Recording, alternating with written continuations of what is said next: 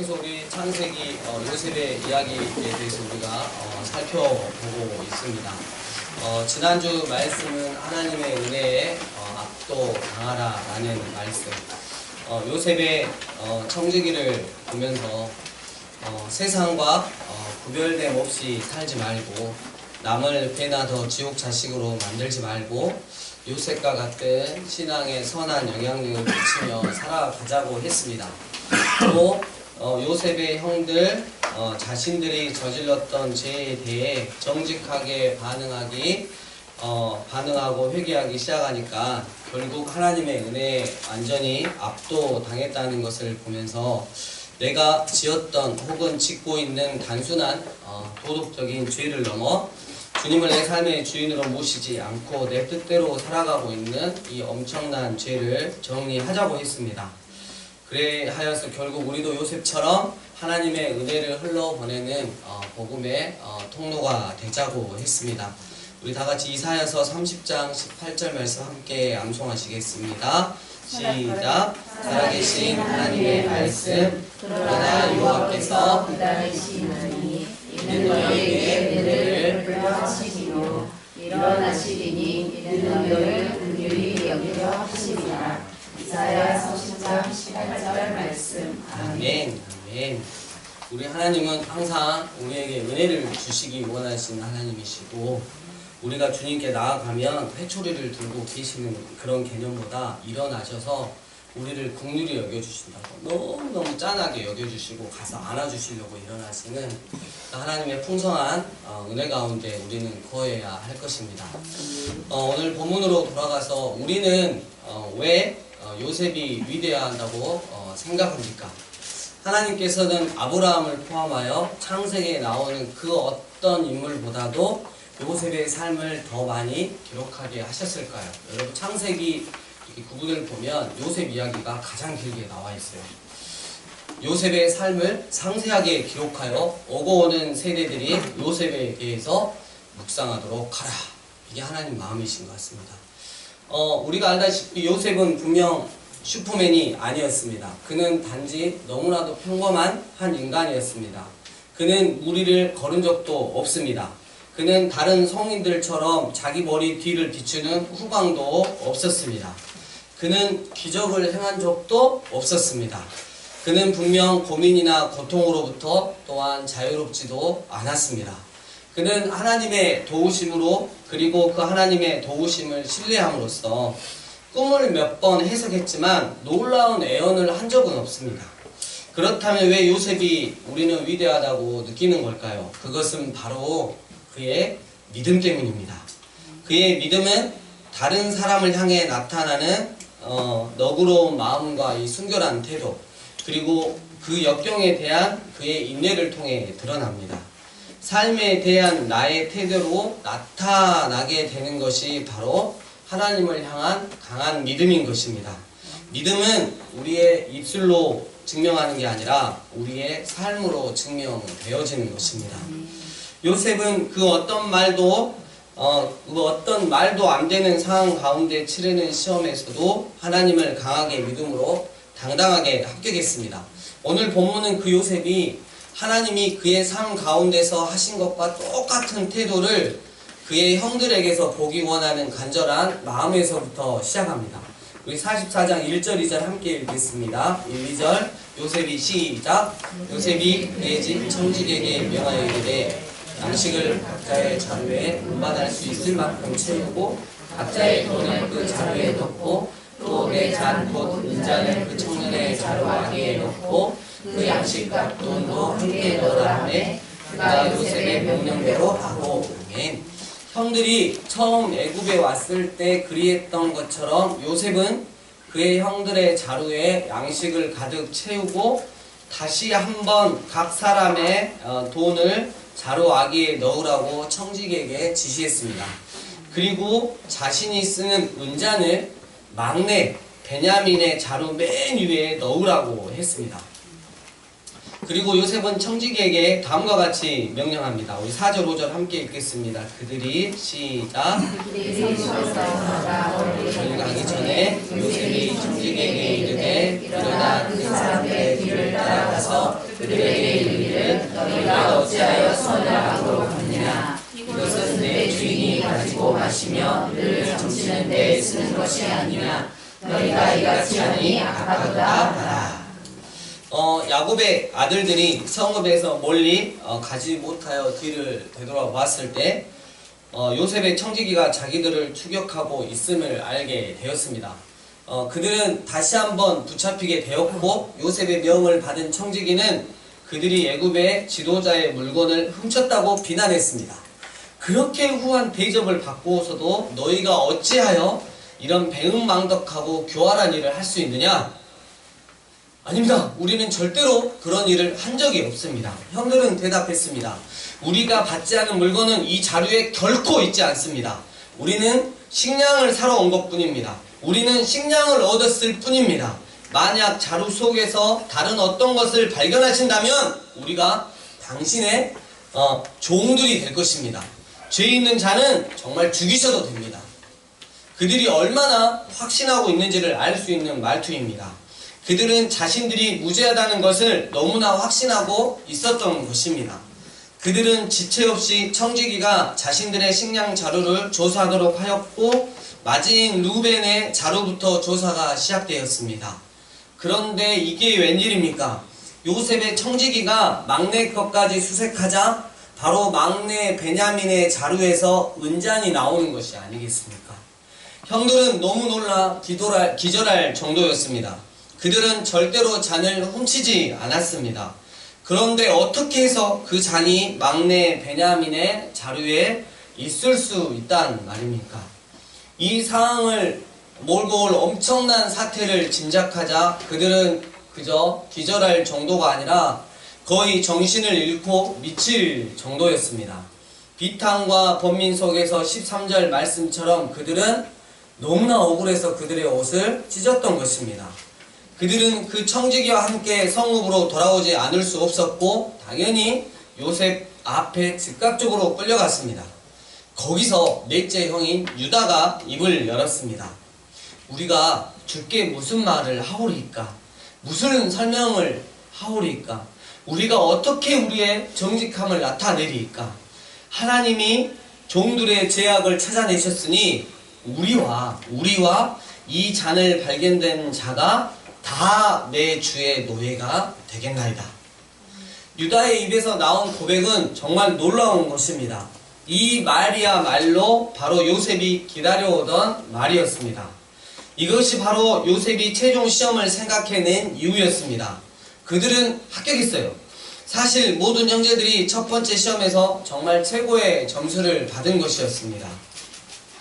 그의 형제들을 위해 대변하면서 유다는 자신이나 다른 사람들에 대해 변명하지도 않았고요. 책임을 막내 베냐민에게 전가하려고 하지도 않았습니다. 전과는 달리 그들은 오래전 요셉에게 그랬듯이 베냐민을 공격하여서 그를 버리지도 않았습니다. 유다는 모호하지 않고 아주 확실하게 그들 모두에게 잘못이 있다고 말했던 것입니다. 여러분, 그들의 과거 행동을 생각해 볼 때 이것은 정말 놀라운 고백이었습니다. 참된 변화가 그들의 태도에서부터 나타나기 시작했던 것입니다.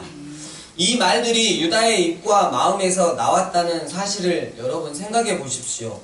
요셉은 그의 형들이 매일의 삶 속에서 심지어 억울하게 생각되는 일들 가운데서 나타나는 하나님의 손길을 읽을 수 있는지를 알기 원했습니다. 심지어 불행이나 죽음 앞에 있어서도 말입니다.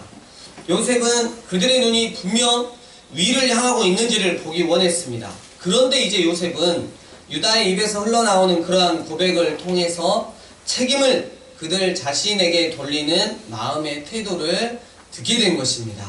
하나님 앞에서 우리의 참 모습이 드러났습니다. 우리에게는 죄가 있습니다. 모든 불의가 드러났습니다. 유다가 이렇게 고백할 때 사실 유다는 20년도 더 넘는 과거로 거슬러 올라가 그들의 형제 요셉을 미워했을 뿐만 아니라 적개심을 가지고 죽이려 했고 결국 그를 노예로 팔아버렸던 그때에 대해서 말하고 있는 것이라고 저는 믿습니다. 큰형 루브벤이 아니었다면 그들은 요셉을 죽여버렸을지도 모르겠습니다. 이러한 사실이 그들의 양심을 계속 따라다니며 괴롭혔던 것입니다. 유다는 하나님께서 회개하지 않은 잘못에 대해 절대로 그냥 넘어가지 않으신다는 것을 깨닫기 시작했던 것입니다. 이 첫 번째 은잔의 시험을 통과한 요셉의 형들은 이제 두 번째 시험을 치르게 됩니다. 우리 44장 17절 함께 읽겠습니다. 17절입니다. 요셉이 이르되 시작. 요셉이 이르되 내가 결코 그리하지 아니하리라. 자니 그 손에서 발견된 자만 내 종이 되고 너희는 평안히 너희 아버지께로 도로 올라갈 것이니라. 이것이 바로 그들을 위한 요셉의 두 번째이자 마지막 시험이었습니다. 첫 번째 시험은 위를 향해 볼 수 있느냐, 하나님을 향해 볼 수 있느냐라는 시험이었습니다. 첫 번째 시험 결과에서 알 수 있듯이 이제 그의 형제들은 그들의 일상생활 속에서 하나님의 마음을 읽어낼 수 있었습니다. 그리고 그 다음 시험은 바로 이 수평적인 거예요. 즉 사람들과의 관계에 관한 것입니다. 그들은 과연 무엇을 선택할까요? 그들 자신일까요? 아니면 막내 베냐민일까요? 지난 오랜 세월 동안 그들의 마음에는 어떤 변화가 있었을까요? 그래서 요셉은 이렇게 말했습니다. 절대로 한 사람의 죄로 인해 너희 모두를 처벌하지는 않을 것이다. 그 잔이 너의 형제들 중 막내의 자루에서 발견되었으므로 그만 벌을 받게 될 것이다. 그는 자유를 잃고 나의 노예가 될 것이야. 너희 남은 자들은 그냥 평안히 아빠한테 가라. 아버지한테 가라. 너희는 너희 부친에게도 돌아가도 좋다. 이러한 선언이 있자마자 정말 비할 바를 찾을 수 없는 그런 말이 뒤따랐습니다. 우리는 그 비할 바를 찾을 수 없는 말을 조금 전 말씀 봉독 시간을 통해 읽었습니다. 이 말을 누가 하고 있습니까? 바로 유다였습니다. 그 비할 바 없는 말이 20년도 전에 여기 꿈꾸는 자 요셉이 오는도다. 자, 그를 죽여 구덩이에 던지고 악한 짐승이 그를 잡아먹었다 하자. 꼭 가차없이 말했던 바로 그의 입에서 흘러나오고 있는 것이었습니다. 피도 눈물도 없는 잔인한 제안을 바로한 직후 유다는 약간이라도 이성을 차린 듯한 말을 했습니다. 우리가 동생을 죽이고 그의 피를 은닉한들 무슨 유익이 있겠어. 자, 그냥 그를 노예 상인들에게 팔아보는 게 어때? 그랬던 유다가 여러분 오늘 본문 말씀을 보면 막내 동생을 위해서 아주 간청을 하고 있습니다. 수년 전이었다면 유다는 그의 부친이 어떻게 생각할지에 대해서 별로 생각하지 않았을 수도 있었는데 그 이유는 그의 부친이 항상 라헬의 아들들 요셉과 베냐민에게만 편애를 보였기 때문입니다. 사실 유다와 그의 형제들이 요셉에게 행했던 폭력과 잔인함은 간접적으로 그의 부친에 대항한 잔인한 행위였습니다. 그런데 이제 놀랍게도 바로 이 유다가 희생적인 태도를 보이고 있다는 것입니다. 나를 대신 벌하십시오. 그러나 제발 베냐민만큼은 집으로 돌려보내 주십시오. 이 화가 우리 아버지에게 미치는 것은 참아보지 못하겠습니다. 그렇습니다. 여러분, 과거의 유다가 아니었어요. 그는 정말 전심으로 변했던 것입니다. 이 사실은 의심의 여지가 없습니다. 유다와 그의 형제들은 변화되어 가고 있었고 요셉은 그것을 알아차렸습니다. 회개하는 마음이 변화를 일으키고 있었습니다. 그들은 두 가지 시험에 모두 합격했습니다. 이 사실은 요셉이 왜 그 순간 그의 변장을 벗어 던지기로 결정했는지를 설명해 줍니다. 우리 45장 1절에서 3절 함께 읽겠습니다. 요셉이 시작.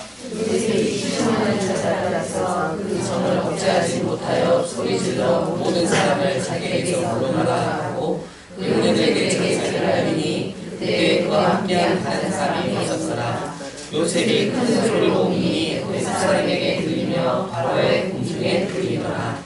요셉이 그 형들에게 이르되 나는 요셉이라. 내 아버지께서 아직 살아계시니까. 형들이 그 앞에서 놀라서 대답하지 못하더라. 네. 요셉은 형들에게 두 가지 이렇게 테스트를 했는데 너무 완벽하게 하나님 입장에서 통과를 하니까 너무 마음이 기뻤어요. 마치 하나님 아버지의 마음이었던 것 같습니다. 요셉은 이제 자기 방에서 모든 애굽인들 그리고 모든 청지기들 그리고 노예들을 나가게 했어요. 이제 오직 11형제만 그 앞에 떨며 남아있을 뿐이었습니다. 지금 무슨 일이 벌어지고 있다는 말인가? 요셉이 그가 애굽의 총리 대신 되는 요셉이 우리에게 무엇을 하려고 하는 걸까? 죽이는 거 아니야? 갑자기 그들은 애굽의 바로 왕 다음 가는 이 애굽의 총리 대신이 울음을 터뜨리는 것을 보았습니다. 벌을 타고 흘러내리는 그냥 소리 없이 흘러내리는 눈물이 아니었습니다. 그의 오열은 매우 심해 심지어 그 방 밖에 있는 사람들도 다 들을 수 있었고 바로의 왕궁에도 전달이 되었습니다. 흐르는 눈물과 함께 너무나 놀라운 말이 이어졌습니다. 나는 요셉이라. 그 총리 대신은 말했습니다. 내 아버지께서 아직 살아계십니까? 그는 침묵을 깨고 말과 언어로 그들을 놀라게 했는데요. 왜냐하면 요셉은 처음으로 그들이 썼던 히브리어로 그들에게 말했기 때문입니다. 아니 요셉, 나는 요셉이라. 형들은 그 앞에서 놀라서 능히 대답하지 못했습니다. 이 말은 그저 상황을 부드럽게 표현한 것에 지나치지 않습니다. 그들은 너무나 깜짝 놀라서 기절할 지경이었습니다. 분명히 노예로 팔았지만 분명히 그는 죽어서 이 땅 가운데 없을 거라고 생각했던 요셉이 지금 자신의 눈들 앞에 살아있었기 때문입니다. 그들은 할 말을 잊었습니다. 그리고 곧 두려워하기 시작했습니다. 그들은 떨기 시작했습니다. 이게 무슨 마귀의 장난이란 말인가? 우리 45장 4절 함께 읽겠습니다. 시작. 그들이 가까이 가니 이르되 나는 당신들의 아우 요셉이니 당신들의 애굽에 한 자라. 그들이 떨며 서 있을 때 요셉은 말했습니다. 내게 가까이 오십시오. 아주 가까이 오셔서 내가 누구인지 정확하게 보십시오. 그들이 가까이 가서 애굽의 총리 대신을 처음으로 자세히 보는 순간 눈을 의심하게 되었고 입을 다물 수가 없었습니다. 분명 그 형제들 중 누구도 그 옛날 도단 근처 들판에서 있었던 일을 아무에게도 말하지 않았습니다. 이 사람이 오랫동안 잊혀진 요셉이 아니라면 어떻게 그 사실을 알고 있었나? 나는 형들이 팔았던 요셉입니다.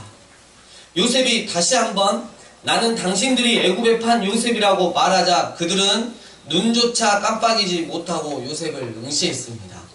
이 짧은 몇 마디, 이 솔직한 몇 마디의 말이 요셉의 형제들에게 파도처럼 넘치는 감정의 소용돌이를 일으켰습니다. 요셉은 그것을 그들의 얼굴에서 읽을 수 있었습니다. 정말 곧 죽을 것 같은, 죽어야만 하는 그 형들의 그런 시선들이 느껴졌다는 것입니다. 이에 다음과 같은 말을 합니다. 우리 5절에서 8절 함께 읽겠습니다. 당신들이 시작. 당신들이 나를 이곳에 팔았다고 해서 의심하지 마소서. 판단하지 마소서. 하나님이 생명을 구원하시려고 나를 당신들보다 먼저 보내셨나이다. 이 땅에 2년 동안 훈련이 들었으나 아직 5년은 가까이도 못하고 주수도 못할지라. 하나님이 큰 구원으로 당신들의 생명을 보존하고 당신들의 후손을 세상에 두시려고 나를 당신들보다 먼저 보내셨나니 그런즉 나를 이리로 보내기는 당신들이 아니요 하나님이시라. 하나님이 나를 바로에게 아버지로 삼으시고 그 온 집의 주로 삼으시며 애굽 온 땅의 통치자로 삼으셨나이다. 아멘. 인간적으로 말하면 대부분의 사람들은 자신에게 심한 잘못을 범한 사람들을 마주치게 되면 얼굴을 찌푸리며 이렇게 말할 것입니다. 무릎 꿇고 거기 앉아. 모멸감이 뭔지는 알아? 기다려. 내가 당신에게 다 갚아줄 거야. 우리 그 흔히 보면 일일 드라마, 막장 드라마 보면 꼭 복수극으로 하면 왠지 우리가 어때요? 카타르시스를 느끼죠. 왜냐하면 우리는 하나님을 믿으니까 그렇게 하면 안 될 것 같은데 저 사람이 복수를 하니까 그렇게 오지고 행복하거든요. 네. 바로 이 순간을 그 모든 고통스러운 나날 동안 나는 얼마나 이 순간을 기다려본지 알아? 내가 다 갚아줄 거야. 그렇지만 요셉은 그렇게 하지 않았습니다. 그는 변화된 사람이었습니다. 그는 하나님의 사람이었으며 바로 이것이 그가 위대한 인물인 이유입니다.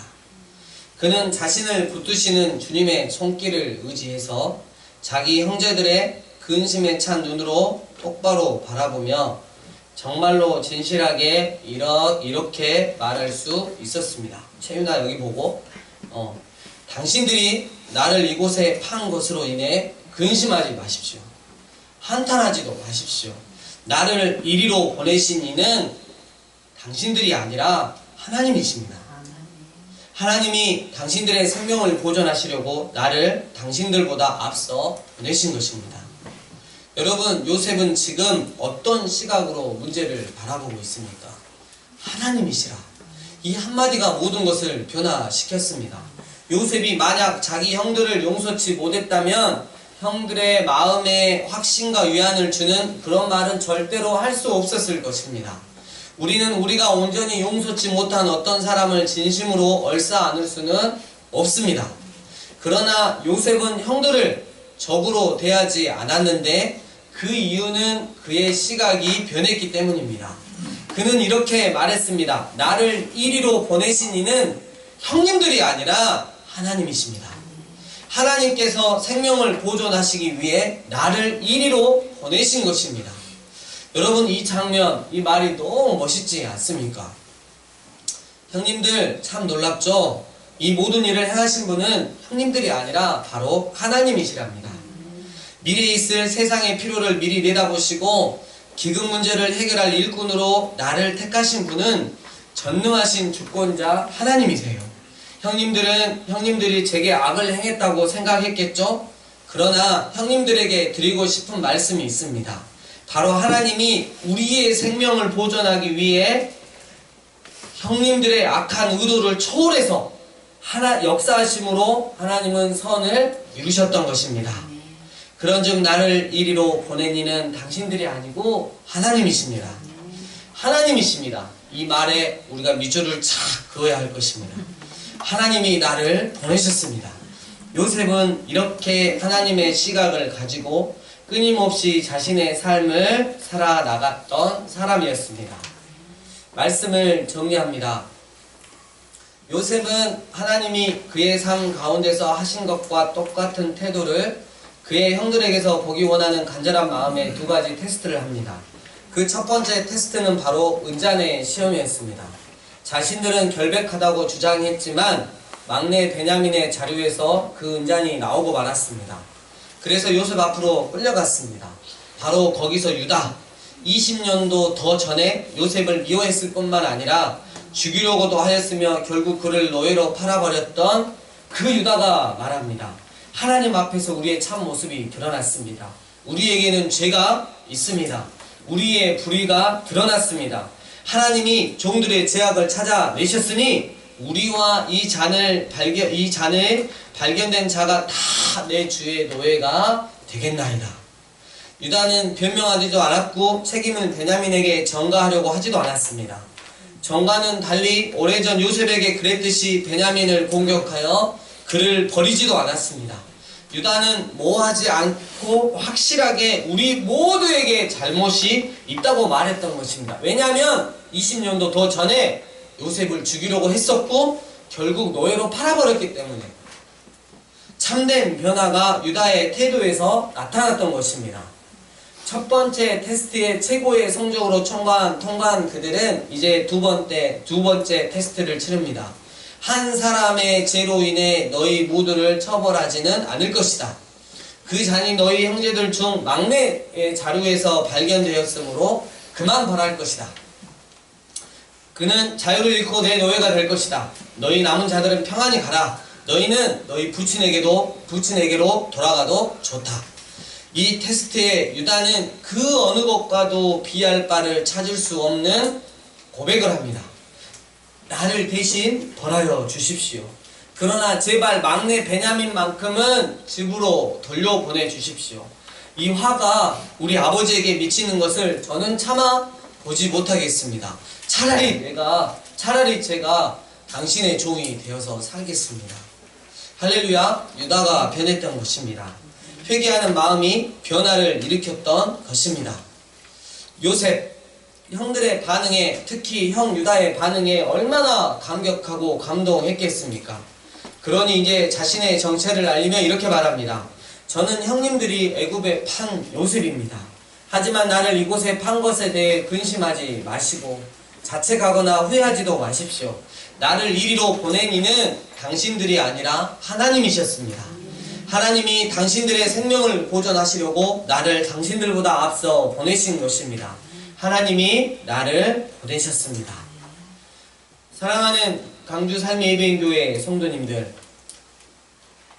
이 시간 우리는 요셉을 통해 하나님 아버지의 마음을 엿볼 수 있습니다.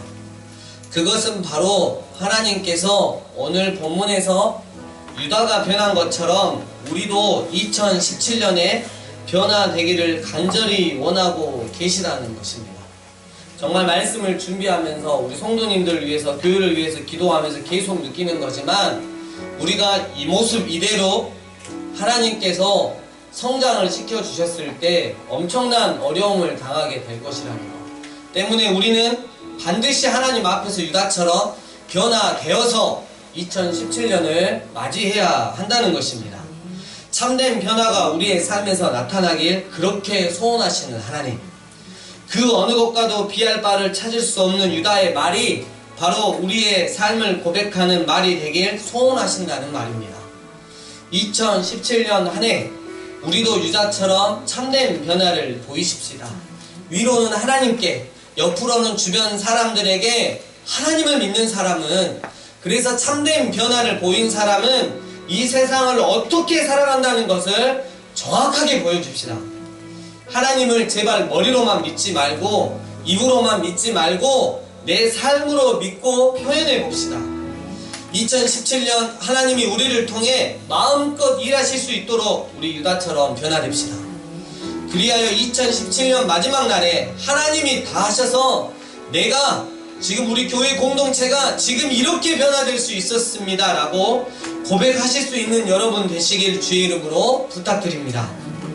결코 변화될 수 없는 유다가 하나님의 은혜에 완전히 압도되어 결국은 변화되었습니다.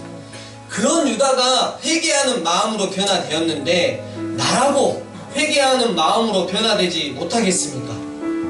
하나님, 저도 이제 결단하고 정말이지 유다처럼 변화되겠습니다. 저의 삶을 지켜봐 주시옵소서. 우리 주신 말씀 가지고 하나님 앞에 나아가서 기도하시겠습니다. 함께 기도하시겠습니다.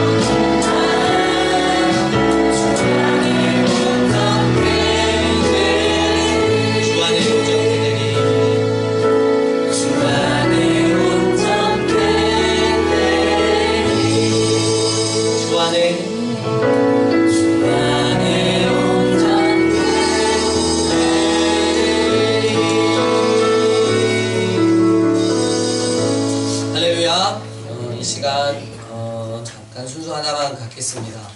우리 이창미 집사님, 그다음에 이유진 청년의 어머님 되시고 세종의 할머니가 되시는 우리 김예순 여사님께서 얼마 전에 큰 수술을 하시고 최근에 병세도 많이 안 좋아지셨는데 성도님들 많이 기도해 주셔서 정말 많이 좋아지셨어요. 분명히 기도 가운데 확신하는 것은 우리 김예순 어머님을 통해서 그 가족이 구원을 받겠구나. 그리고 더 건강한 모습으로 이 땅 가운데서 우리 막내딸 시집가고 일곱 낳을 때까지 봐주시겠구나 이런 마음이 들었습니다. 특별히 이창미 집사님께서 어머님 이렇게 원래 지금 나오실 수 있는 상황이 아니세요. 허리 수술하셔서 굉장히 지금 힘든 상황인데 예전 같으면 내가 힘들어서 어떻게 가냐 계단도 있고 이러셨을 텐데 스스로 자발적으로 나 교회 가야겠다 이렇게 하고 나오셨어요.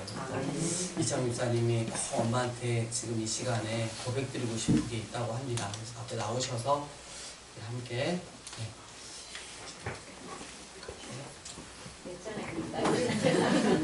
매장이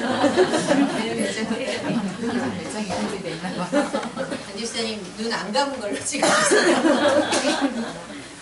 어디 안 보이잖아. 그 와중에서도 이렇게 그 사진 이런 것들을 신경 쓰고 계시는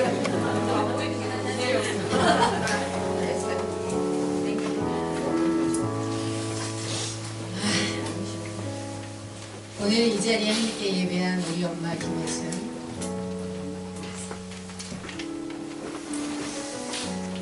엄마의 구원을 위해 간절히 기도한 시간이 벌써 30년이 넘었어.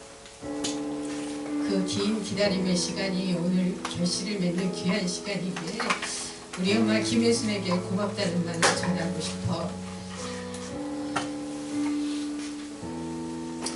지난 1년 동안 그놈의 허리 때문에 고생하는 모습을 볼 때 너무 마음이 아팠고 고통 때문에 괴로워하는 모습 대신할 수 없는 마음에 어찌할 바를 몰랐지. 우리들 병원에서 골절 시술하기 위해 불안해하는 엄마를 붙잡고 기도해주지 못하고 수술실 들여보낸 것이 얼마나 후회되는지. 이번엔 CT병원에서 수술할 때 꼭 쑥스러워도 우리 엄마 기도해 주어야겠다고 생각하며 머리에 손을 얹고 기도해주던 일. 그때마다 아멘 아멘 하며 아멘 아멘 하던 엄마의 소리 얼마나 행복했던지. 엄마의 입을 통해 하나님 믿는다, 교회 다닌다 그 소리를 하실 때마다 정말 행복했어. 우리 엄마 김혜수는 이제 예수님을 믿는 하나님의 딸이야. 그리고 하나님이 사랑하시는 귀한 사람이 되었음을 잊지 마라. 지나온 인생살이들이 참 많이 힘들고 아팠지. 억척스럽게도 살아온 인생의 결과가 아무것도 아니고 그저 외롭고 괴로움만이 남겨졌지. 그 모든 것을 잊기 위해 몸만 가지도록 땀과 씨름하고 억척스럽게 일을 했어. 이제 몸마저 망가지니 자신감도 잃고 두려움도 생기지. 나 혼자 어떻게 살아갈까? 그 두려움 때문에 오는 불안감들이 우리 엄마를 약하게 만드는 모습을 보게 돼. 엄마, 하나님이 그러셨잖아. 두려워 말라, 내가 너와 함께함이니라. 놀라지 말라, 나는 내 하나님이 됨이니라. 내가 너를 굳세게 하리라. 참으로 너를 도와주리라. 참으로 나의 의로운 오른손으로 너를 붙들리라. 내가 그 말씀 읽어줄 때 정말이냐고 물었지. 정말이야. 이제 엄마의 가는 길에 하나님이 든든히 함께 하셔서 굳세게 해주신다네. 하나님께 맡기고 마음속의 염려와 걱정들, 억울한 인생들 다 내려놓고 평안함으로 하나님의 딸 김혜순 여사로 살아가. 오늘도 교회에 오겠다고 결심하고 오늘 이 자리에 앉아있는 우리 엄마의 모습이 진정한 믿음이고 신앙의 고백이야. 엄마의 죄를 용서하시고 구원하신 하나님을 의지하고 이제 두려움 말고 염려하지 말고 믿음의 딸로 하나님 앞에 서기를 기도할게. 응급실에서 손자에게 우리 식구 모두 교회 다니자라고 말하는 엄마, 하나님 앞에 감사했어. 결코 하나님이 우리 엄마 안 데려가시겠구나. 왜냐면 아직 엄마의 할 일이 남아있기 때문이지. 사랑하는 큰아들 작은아들 75년 만에 만난 예수님을 자랑하고 믿게 할 사명이 남아있기 때문이지. 그러기 위해서 친히 예수님이 우리 엄마와 만나주시고 역사해 주셔서 살아있는 고백을 하게 하실 거야. 고난 가운데 함께 해주셨던 하나님 감사하고 이제 앞으로 우리 엄마와 함께 하실 하나님께 감사해. 엄마와 나 이제 하나님 안에서 새로운 삶을 살아보게. 기대해봐. 하나님이 우리 엄마 김혜순 여사의 삶을 어찌 인도하실지. 힘내고 늘 언제나 나를 구원하신 하나님으로 든든히 살아가게. 엄마 고마워. 그리고 사랑해. 감사합니다.